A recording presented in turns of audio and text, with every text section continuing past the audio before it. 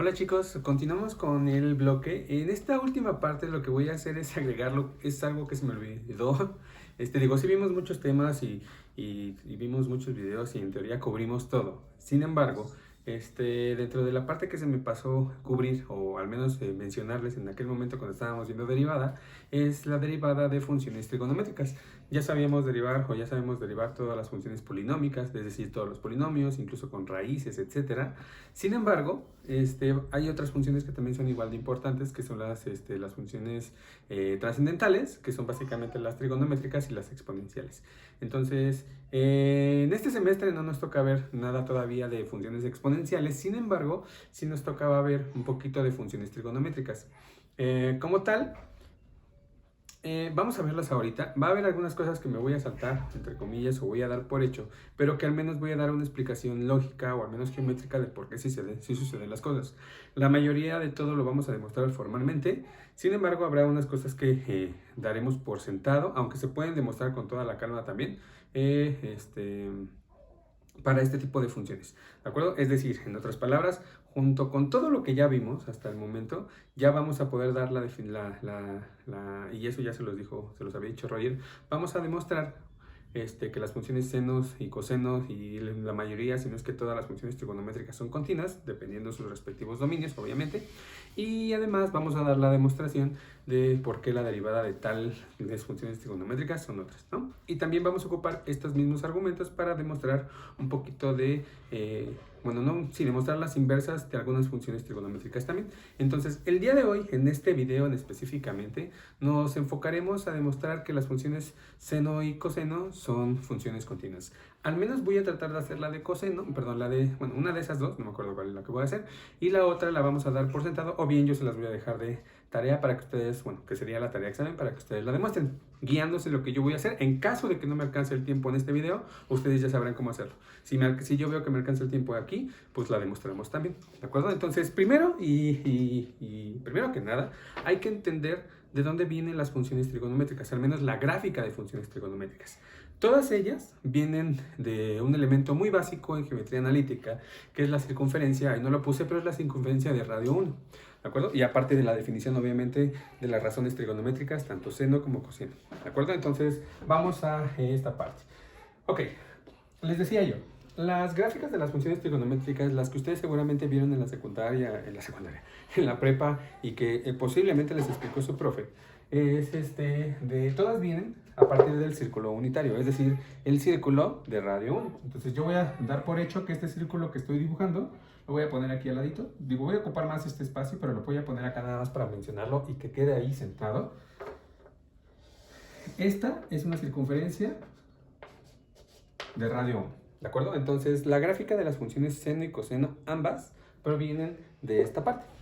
¿Cómo es que se hace? Pues bueno, cuando nosotros queremos dibujar las gráficas de este tipo de funciones, tanto de la función seno como de la función coseno, lo que se hace es lo siguiente, ocupando este circulito. Digo, esto seguramente ya se los explicaron, pero bueno, no está de más para aquellos que no lo tengan del todo fresco. ¿De acuerdo? Voy a dibujar un par de gráficas. En la parte de arriba trataremos de dibujar la función seno, ¿de acuerdo? Seno de x o coseno de y en la parte de abajo la gráfica de la función coseno de x. Hay que entender primero que cuando nosotros tratamos de decir seno de x o coseno de x, la x es la variable, obviamente, y que representará dentro de nuestra circunferencia, pues un ángulo, ¿de acuerdo? Porque al final cuando nosotros evaluamos ya sea el seno o el coseno, siempre lo hacemos con un ángulo, ¿de acuerdo? Ok, entonces, muy bien. Cuando nosotros tenemos en la circunferencia de radio 1 cualquier punto, ¿de acuerdo? Y nosotros trazamos esta línea. En el momento que nosotros trazamos esta línea, en esta parte se nos está formando un ángulo, ¿de acuerdo? Ese ángulo lo voy a llamar X para que tenga sentido tanto acá como acá, ¿de acuerdo? Este puntito que yo elegí y que me ayuda a formar este ángulo, lo que hace es, pues bueno, este punto, como todos sabemos, pues tiene un par de coordenadas. ¿De acuerdo? La coordenada que en teoría siempre llamábamos X y Y. Aquí no lo voy a llamar como tal, pues para no hacer una confusión con esta parte. ¿De acuerdo? Porque al final nuestra variable es el ángulo y es el que está variando sobre toda la circunferencia. Ok. Pues bueno, ¿cómo le podemos dar las coordenadas de este par de puntos, bueno, de este punto mejor dicho, a partir de un ángulo, Para aquellos que ya saben un poquito, bueno, que ya han visto seguramente en geometría analítica algo que se conoce como coordenadas polares, ustedes saben que cualquier punto en el plano cartesiano se puede caracterizar con coordenadas polares, es decir, con otras dos variables que se llaman radio y ángulo. Pero bueno, otra manera de pensarlo es así. Si yo coloco ese punto al colocarlo se me está formando o me está trazando, me está ayudando a formar un triángulo rectángulo. ¿De acuerdo? Sin olvidar que, por ejemplo, en este triángulo rectángulo, esta que sería nuestra hipotenusa vale 1. ¿De acuerdo? Y como ustedes saben, si nosotros en un triángulo rectángulo conocemos uno de sus lados y conocemos el ángulo, nos va a permitir poder conocer todos los elementos del triángulo. Lo que me interesa por ahora es esta parte y esta parte de aquí. ¿De acuerdo, muchachos? Entonces, si observan, por ejemplo, este de aquí, que sería el cateto adyacente, pues bueno, ustedes saben que el cateto adyacente está relacionado con el coseno. ¿Esto qué significa? Que, por ejemplo, esta parte, que es el cateto adyacente, pues sería simplemente, bueno, nosotros sabemos que el coseno del ángulo, que es esta parte, pues es el cateto adyacente, que es esta de acá, lo voy a poner así, cateto adyacente, sobre nuestra hipotenusa que nosotros sabemos que vale 1. En otras palabras, lo que estoy diciendo aquí es que el cateto adyacente, dígase lo que mide esta parte, ¿de acuerdo? Es igual al coseno del ángulo. Entonces significa que para este punto que nosotros elegimos, esto que sería nuestra primera coordenada, bueno, este segmento que sería nuestra primera coordenada, correspondería al valor de coseno de x. ¿De acuerdo? De forma similar, y trabajando un poquito en este sentido, pues bueno, podemos también calcular cuánto mide este lado de aquí, que sería el cateto opuesto. Razonando un poco esta parte, por ejemplo, nosotros sabemos que el cateto opuesto pues está relacionado con la razón trigonométrica seno, y sabemos que el seno de un ángulo corresponde al cateto opuesto, otra vez sobre la hipotenusa, que en este triángulo que estamos trabajando, pues bueno, mide 1. ¿De acuerdo? Esto nos ayuda a decir, ya por lo tanto, que el cateto opuesto, dígase lo que mide la segunda coordenada de este punto, pues simplemente es el seno del ángulo. ¿De acuerdo, muchachos? ¿Con eso qué quiere decir? Que la segunda coordenada de este punto es el seno de x. ¿De acuerdo? Ok. Una vez que nosotros ya pudimos establecer que en el círculo unitario, cualquier punto que viva sobre ese círculo tiene sus dos coordenadas, que sería coseno de la primera y seno de la segunda, tiene que ver con respecto a cómo yo esté girando. Cuando nosotros queremos dibujar las gráficas de la función seno y de la función coseno, este es el ángulo. Es decir, conforme nosotros vayamos girando, nosotros lo que vamos a poner aquí, pues va a ser simplemente lo que estamos obteniendo, ya sea en la segunda coordenada para el seno o en la primera coordenada para el coseno. ¿De acuerdo? Por ejemplo, ¿qué pasa en el caso del 0? Es decir, el 0 significa cuando la x vale 0, es decir, cuando yo estoy en esta parte. Cuando yo me ubico en este punto, o sea, cuando yo no he girado, este puntito corresponde a este, que como bien observarán, pues tendría coordenadas 1, 0. ¿De acuerdo? ¿Eso qué significa? Que ahí el coseno vale 1 y que el seno vale 0. ¿De acuerdo? Entonces vamos a intentar dibujar al menos ese puntito. Entonces dijimos, el coseno valdría 1 y el seno valdría 0. ¿De acuerdo? Conforme nosotros vamos avanzando, o sea, conforme nosotros vamos girando, si ustedes se dan cuenta, al hacer este movimiento, este puntito empieza a subir y por lo tanto, esta que sería la segunda coordenada del punto empieza a aumentar. ¿De acuerdo? Porque en el momento que nosotros hacemos esto y que estamos girando, este puntito se empieza a mover y por lo tanto la altura también va avanzando. Si se dan cuenta, va a avanzar, va a seguir avanzando y lo máximo que va a llegar es cuando esta altura alcance este punto.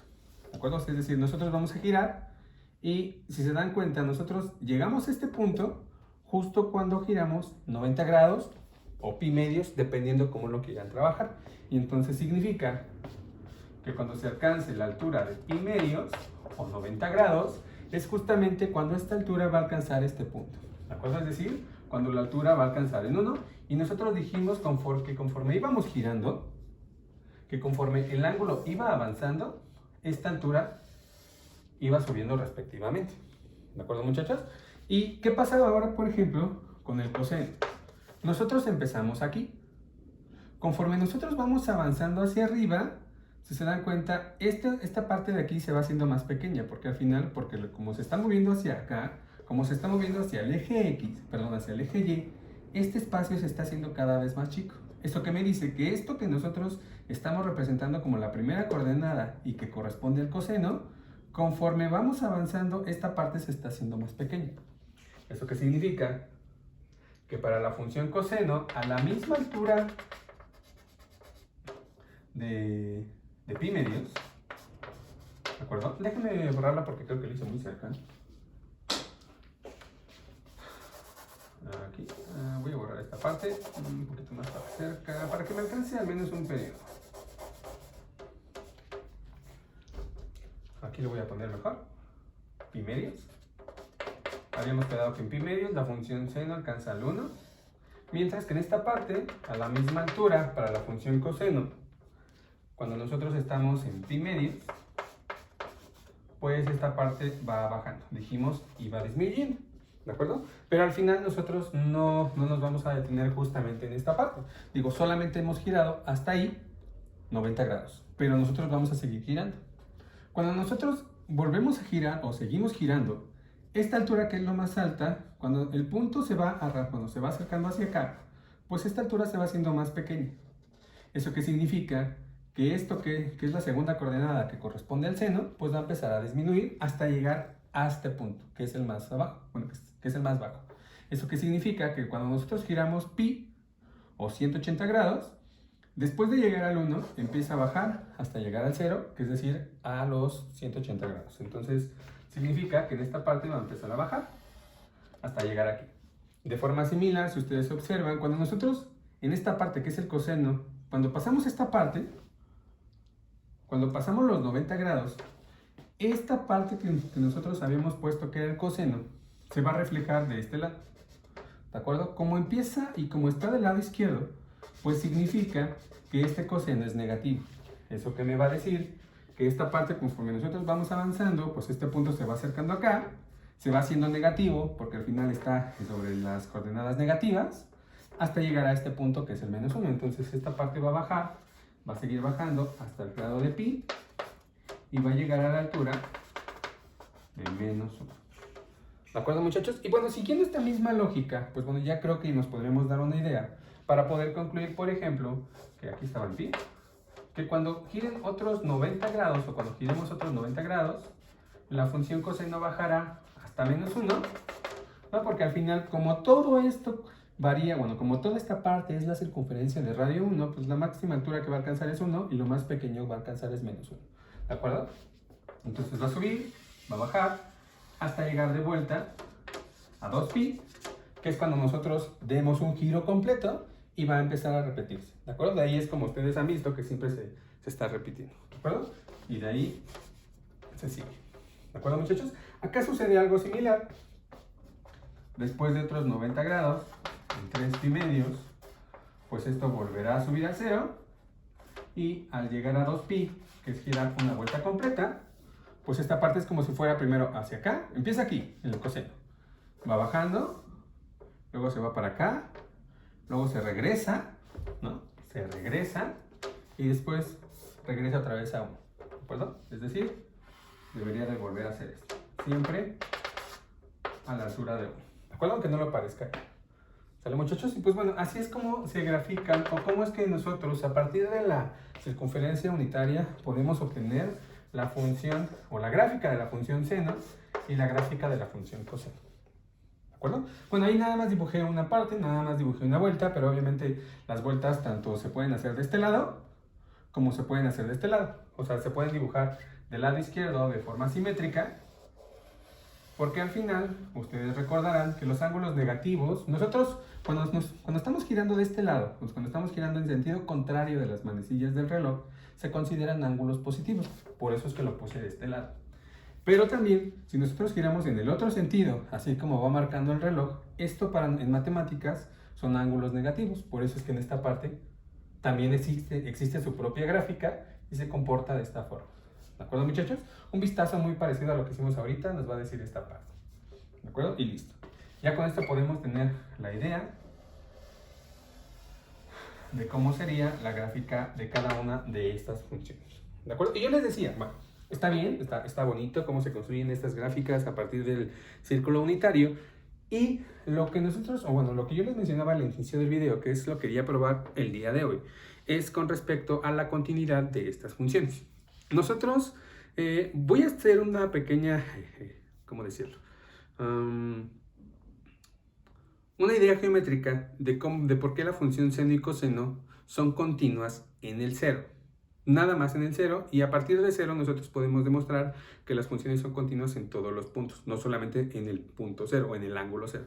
El argumento es el siguiente, sobre todo en esta parte. Entonces voy a borrar un poco, nada más voy a quedarme con los elementos que necesito para poder argumentarles por qué, o quiero calcular, vaya, el límite cuando el ángulo tiende a cero de la función seno de x, y también de forma geométrica quiero que me ayuden a poder argumentar por cuánto vale esta parte de aquí. ¿De acuerdo, muchachos? Entonces, déjenme ver dónde dejé mi trapo. Estaba de este lado, perdón. Ok, entonces déjenme borrar esta parte.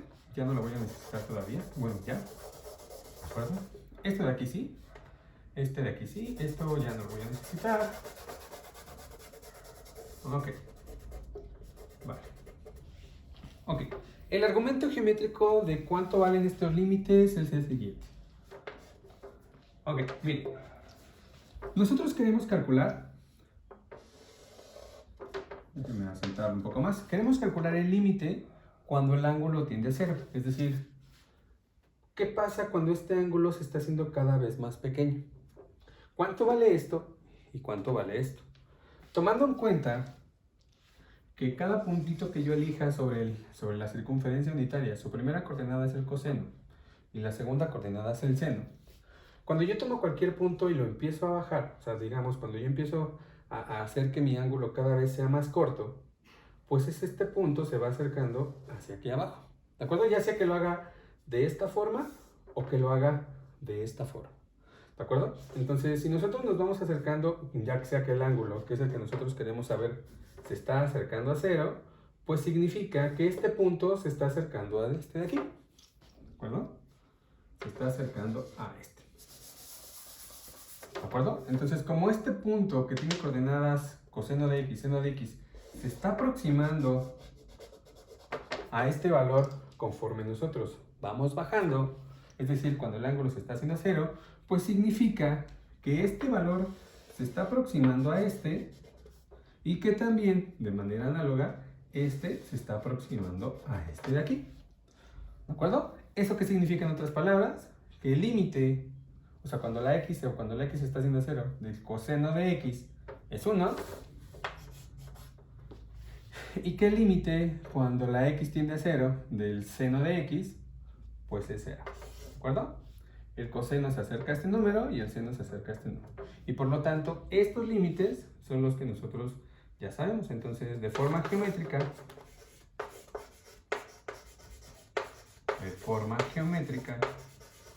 argumentamos, se tiene, vaya, mejor dicho, esta parte. ¿De acuerdo? Entonces, bueno, lo voy a dejar ahí. La demostración, si bien sí se puede hacer y no es tan complicada, mejor prefiero quedarme ahorita de forma geométrica. Y es con lo único geométrico que vamos a hacer. De ahora en adelante ya todo será demostrado formalmente, ya sea utilizando definiciones o herramientas que ya hemos demostrado, para poder probar todo esta parte. ¿De acuerdo? Nada más una pequeña observación antes de continuar. Según esta parte, sí, el límite del seno de x es 0, el límite del coseno de x cuando x tiende a 0 es 1, pero por otro lado, 0 también es el valor del seno aplicado a 0. De forma similar, 1 es el valor del coseno aplicado a 0. Y por lo tanto, estamos obteniendo lo siguiente, estamos obteniendo que el límite cuando x tiende a 0 del seno de x es igual al seno de 0, y estamos obteniendo que el límite cuando x tiende a 0 de coseno de x es igual al coseno de 0. ¿De acuerdo? En otras palabras, déjenme ponerlo de este lado porque ya no me alcanza. En otras palabras,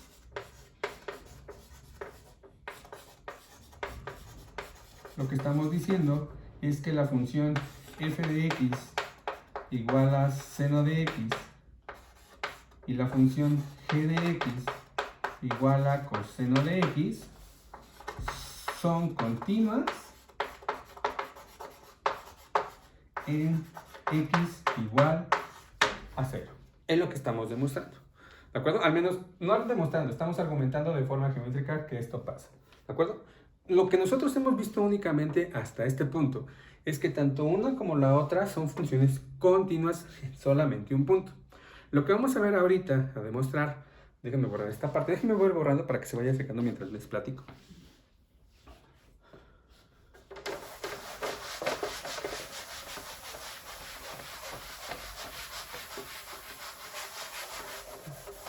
Me voy a quedar con esto porque, pues, bueno, al final lo vamos a necesitar. Lo que nosotros hemos demostrado únicamente de forma geométrica es que la función seno y coseno son continuas en un solo punto, que es el 0. Es lo que geométricamente hemos argumentado. Sin embargo, formalmente, y utilizando las herramientas que ya demostramos, vamos a demostrar que no solamente son continuas en el 0, sino también son continuas en cualquier punto. Y por lo tanto, todos los teoremas que ya demostramos sobre continuidad en el bloque pasado, pues se van a aplicar a este par. ¿De acuerdo? Entonces, vamos a demostrarlo. Para ello, es decir, ahora sí, es una proposición. La función coseno de x y la función seno de x son continuas en todo número real. ¿De acuerdo? Es lo que nosotros vamos a demostrar. Para ello, vamos a necesitar de un par de identidades que seguramente ya vieron o espero que ya hayan visto en geometría analítica, o al menos hayan visto alguna vez, que habla con respecto a la suma de ángulos. Entonces, la voy a poner aquí abajo, porque lo vamos a utilizar. Hay que recordar lo siguiente. Vamos a recordar lo siguiente.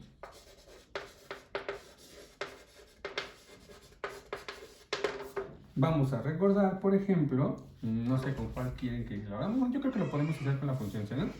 Hay que recordar que el seno de la suma o la resta de dos ángulos es lo mismo que el seno de uno por el coseno de otro más menos el seno del otro por el coseno del uno.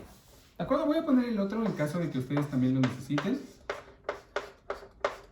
El coseno de una suma o una resta es lo mismo que el coseno de uno por el coseno del otro menos más el seno de uno por el seno de otro.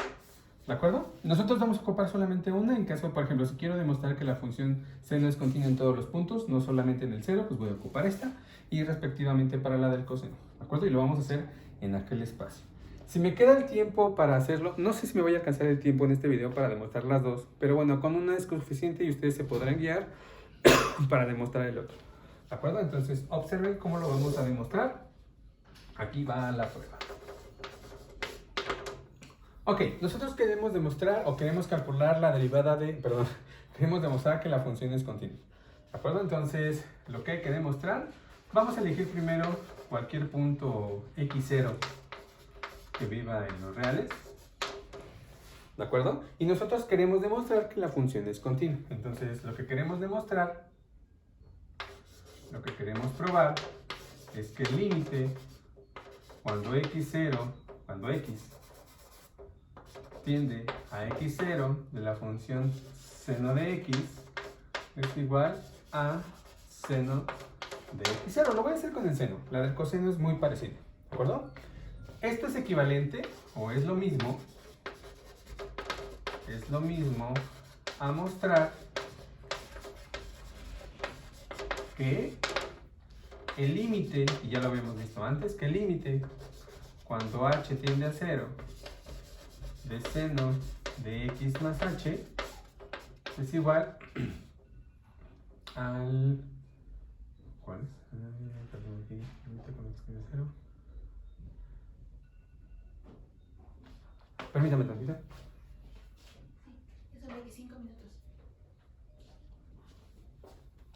Ok, espero que sí me alcance el tiempo en este video. Perdón chicos, ya saben las cosas que suelen suceder. Esta parte no lo olviden. El límite del seno de x es 0, el límite del coseno de x es 0.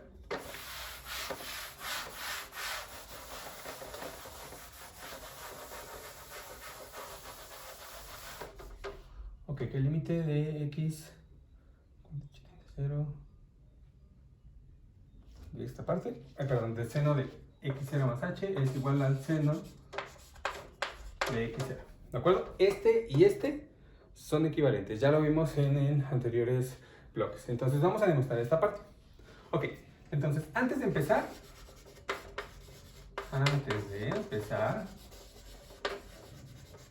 veamos qué nos queda en esta parte cuando nosotros utilizamos esta condición. Entonces, ¿y por qué necesito hacer este cambio? Porque si observan, en los límites que yo tenía aquí, ambos, el límite tendía a 0. De ahí por la razón de por qué lo estoy cambiando de esta forma. ¿De acuerdo? Y es la más sencilla de hacer. Pero antes de eso les decía yo, vamos a ver qué pasa con esto cuando utilizamos esta expresión.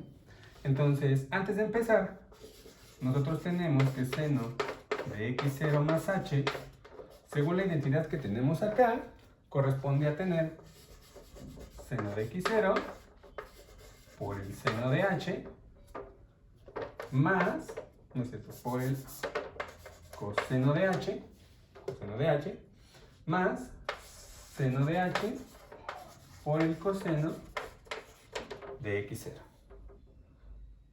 ¿De acuerdo, chicos? Es lo que nosotros tenemos si ocupamos esta parte. Ok, ahora bien, aplicamos el límite. Aplicamos el límite en ambos lados. Y lo que nos diría es lo siguiente. Yo creo que esta parte también la voy a necesitar borrar para el espacio. Entonces, ok. ¿Listos? Así, voy a poner esta parte. Así tenemos lo siguiente. Tenemos que el límite cuando h tiende a 0 de seno de x0 más h es igual al límite cuando h tiende a 0. Aquí esta parte la voy a reemplazar por eso, que sería seno de x0 por el coseno de h más el seno de h por el coseno de x0. Si ustedes se dan cuenta, en esta que yo cambié hay una suma. El límite y la variable que está corriendo es la h. Si se dan cuenta, puedo separar este límite como dos e intentar ver si ambos existen. Entonces, si se dan cuenta, si hacemos la separación, lo que nos quedaría es que el límite cuando h tiende a 0 de x0 por el coseno de h más el límite cuando h tiende a 0 de seno de h por el coseno de x0. ¿De acuerdo? Y entonces ya tengo dos límites y ya habría que ver si cada uno de estos límites existen. Fijándonos individualmente, por ejemplo, en este. Cuando yo quiero calcular un límite, lo que está variando, pues bueno, es esta letra. En esta expresión que yo tengo aquí, que es una multiplicación, la única expresión que tiene la h es este segundo término. Es decir, esto funciona como una constante. ¿De acuerdo? Entonces, esta parte sería lo mismo que si nosotros escribíamos simplemente seno de x0 multiplicado por el límite cuando h tiende a 0 de coseno de h. ¿De acuerdo? De forma análoga, observen esta parte y hacemos básicamente el mismo argumento. En este de aquí, el límite importante es en esta expresión. Esto es una multiplicación, lo cual me permite poder sacar esta expresión, porque al final es una de las propiedades que ya habíamos visto. Si es una constante, puede salir del límite porque no depende de la variable que está corriendo. Entonces aquí sería multiplicado por el límite cuando h tiende a 0 del seno de h. ¿De acuerdo?